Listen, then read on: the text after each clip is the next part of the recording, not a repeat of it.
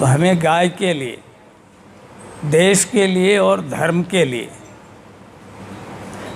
तो जो भी महात्मा हैं और जो जवानी में बन जाते हैं, जैसे हमारे सर्वानंद जी जवानी में बने हैं, जवानी में जो साधु बने उसको त्याग भी करना पड़ता है, तप भी करना पड़ता है और बलिदान भी करना पड़ता है।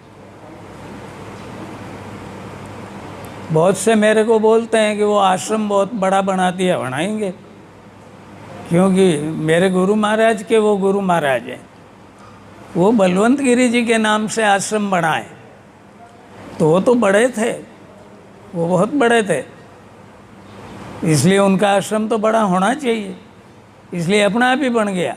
ये बनाने से नहीं बनता है, वो हमारे त्याग और तप से बनता है। वो ओगढ़नाथ जो महादेव हैं, वहाँ भी जो है उनने खुले में बैठ के तप किया, आज वहाँ भी सब निर्माण हो गया, क्योंकि त्याग और तपस्या। तीसरा आता है बलिदान। तो बलिदान समय का यानी ज़्यादा समय जो है भजन के लिए, सेवा के लिए दें, अपने समय में से कुछ निकालना चाहिए। आज मैं छोटी थोड़ा समय आश्रम शब्द है अपना, ये मंदिर नहीं है। बीजोलाई बालाजी तो मंदिर बाद में लगाया है। मंदिरों की व्यवस्था भी जब तोड़ी ज़्यादा हुआ तब मंदिरों के नाम हुए, वरना अपने यहाँ आश्रम थे। आश्रमों का मतलब है आओ और थोड़ा सा श्रम करना चाहिए। ये अभी जैसे भजन गाना करना, ये भी श्रम में आता है। ये जो बना रहे हैं भोजन वगैरह, ये भी श्रम में आ रहा है। आपने देखा होगा गुरुद्वारों में कि अच्छे ऑफिसर से लेके अच्छे व्यापारी से लेके सब जो है सेवा देते हैं, और यहाँ तो आएंगे तो पुष्प चढ़ाएंगे और वो थैली भी चढ़ा देते हैं साथ में। तो ऐसा मत करो। थोड़ा सा त्याग, तपस्या और बलिदान में शरीर देने का नहीं बोल रहा हूँ। हाँ, यहाँ अगर जोधपुर में कोई ऐसा संकट आ जाए, अभी जैसे कोरोना चल रहा है, कोई ये कहे, कोई घोषणा करे कि अगर एक आदमी बलिदान करे तो ये जोधपुर बच सकता है, तो हमारे जैसों को कर देना चाहिए। शरीर का बलिदान करना चाहिए, क्यों? एक शरीर के पीछे 30 लाख की जनसंख्या बच रही है, इसको बोला है बलिदान। जैसे किला बना और राजा राम जी मेघवाल ने अपना सर दिया, अभी भी दरबार को आके उनको सापा पहनाना पड़ता है, क्योंकि बलिदान है। उस समय अच्छे मूँछों वाले ठाकुर भी थे, कोई बोल गया होता देखें कि मेरा सर दे दो। तो बलिदान की न जात होती है, ये जाति पाति जो है, इससे भी थोड़ा सा छुटकारा पालो। स्वतंत्रता का मतलब भी ये है। अपने यहाँ जातियाँ नहीं हैं, ये भी बलिदान में आ रहा है।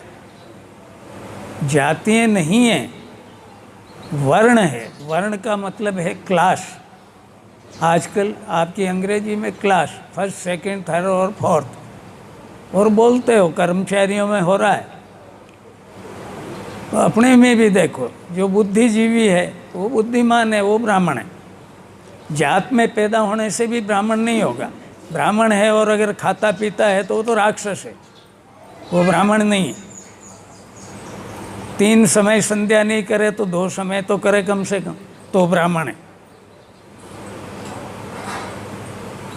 क्षत्रिय वो है जो देश और धर्म के लिए तन, मन और धन तीनों में से किसी का भी बलिदान करे। तो ये जो सेना में जा रहे हैं ये क्षत्रिय हैं, पुलिस में जो हैं वो क्षत्रिय हैं, बाकी क्षत्रिय वक्त्रिय नहीं है। फिर तो धंधा वाले हैं, तो फिर काहे की जात? वैश्य यानी धंधा करने वाले, तो धंधे करने वाले कोई जात नहीं। मुझे याद है मैं एमपी से आया और गांव में किसी के यहाँ हवन था, और वो जो है ये जीनगर होते हैं ना, उनके यहाँ हवन किया, पहले सुंदरकांड किया फिर हवन किया। गांव में पता लगा तो वो हवन के बाद उनकी पत्नी ने बोला कि महाराज को भोजन करवाएं तो गांव में से ब्राह्मण बुला लो।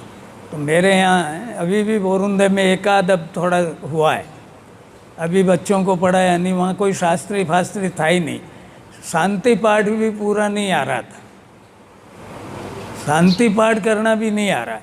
मैंने कहा बेटा ब्राह्मणों के हाथ का मैं भोजन, इन ऐसे ब्राह्मणों के हाथ से मैं भोजन नहीं करता, तू तो बना ले, तू ब्राह्मण ही है, क्योंकि तेरे एरिया में, उनके पूरे एरिया में खाने पीने की कोई व्यवस्था नहीं थी।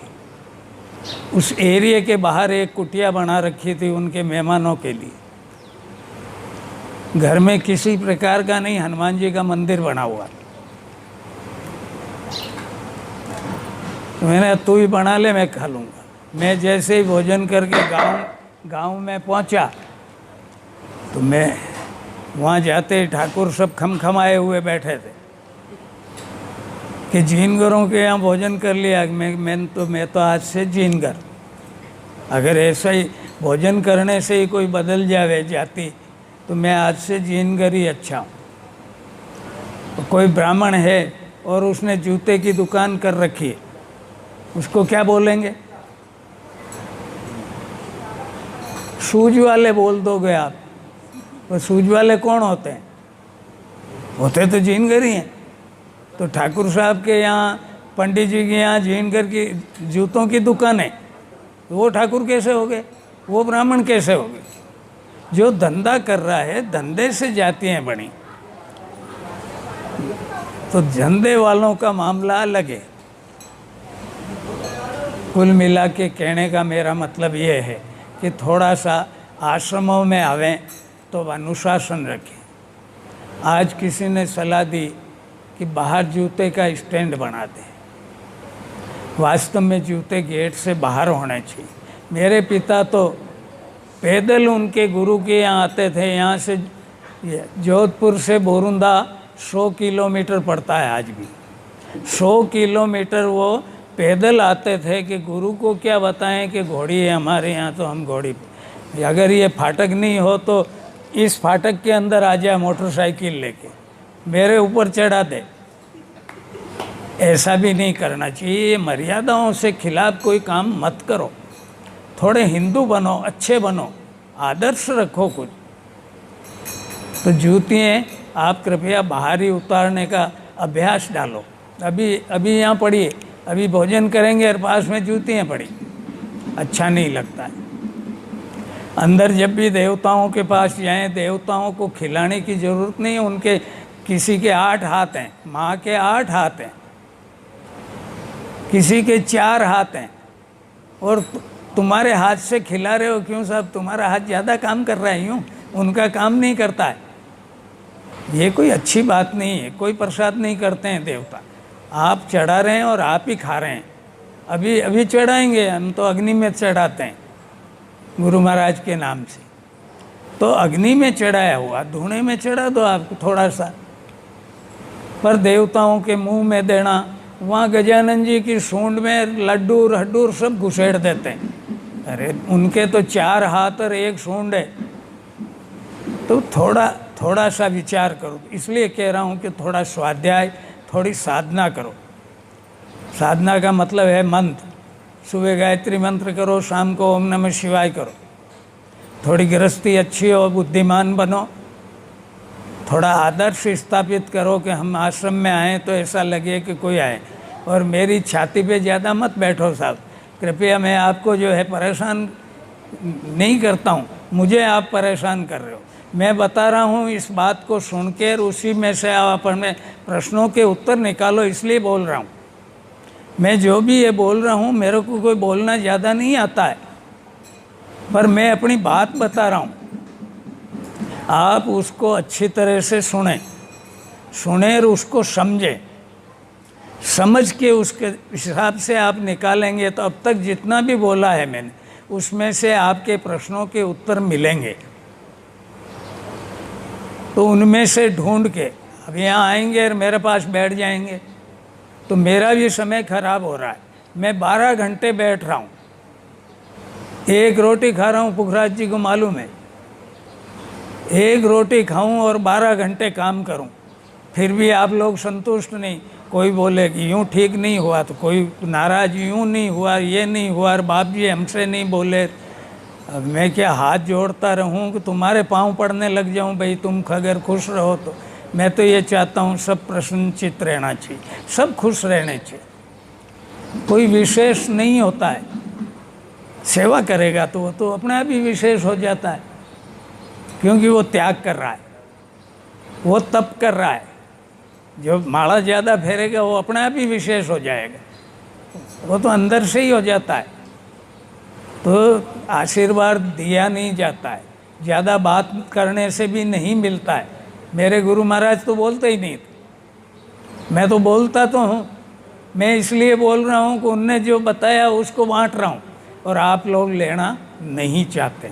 यहाँ बैठ के यूँ देखो कि अब आप भी कुछ बता दे, तो यूँ एक एक को बताता रहूँगा तो मेरा तो समय समाप्त हो जाएगा, और चौमासा जैसे ही पूरा होगा उसके बाद में मैं मेरे टाइम से ही बोलूँगा, फिर बोलूँगा भी नहीं।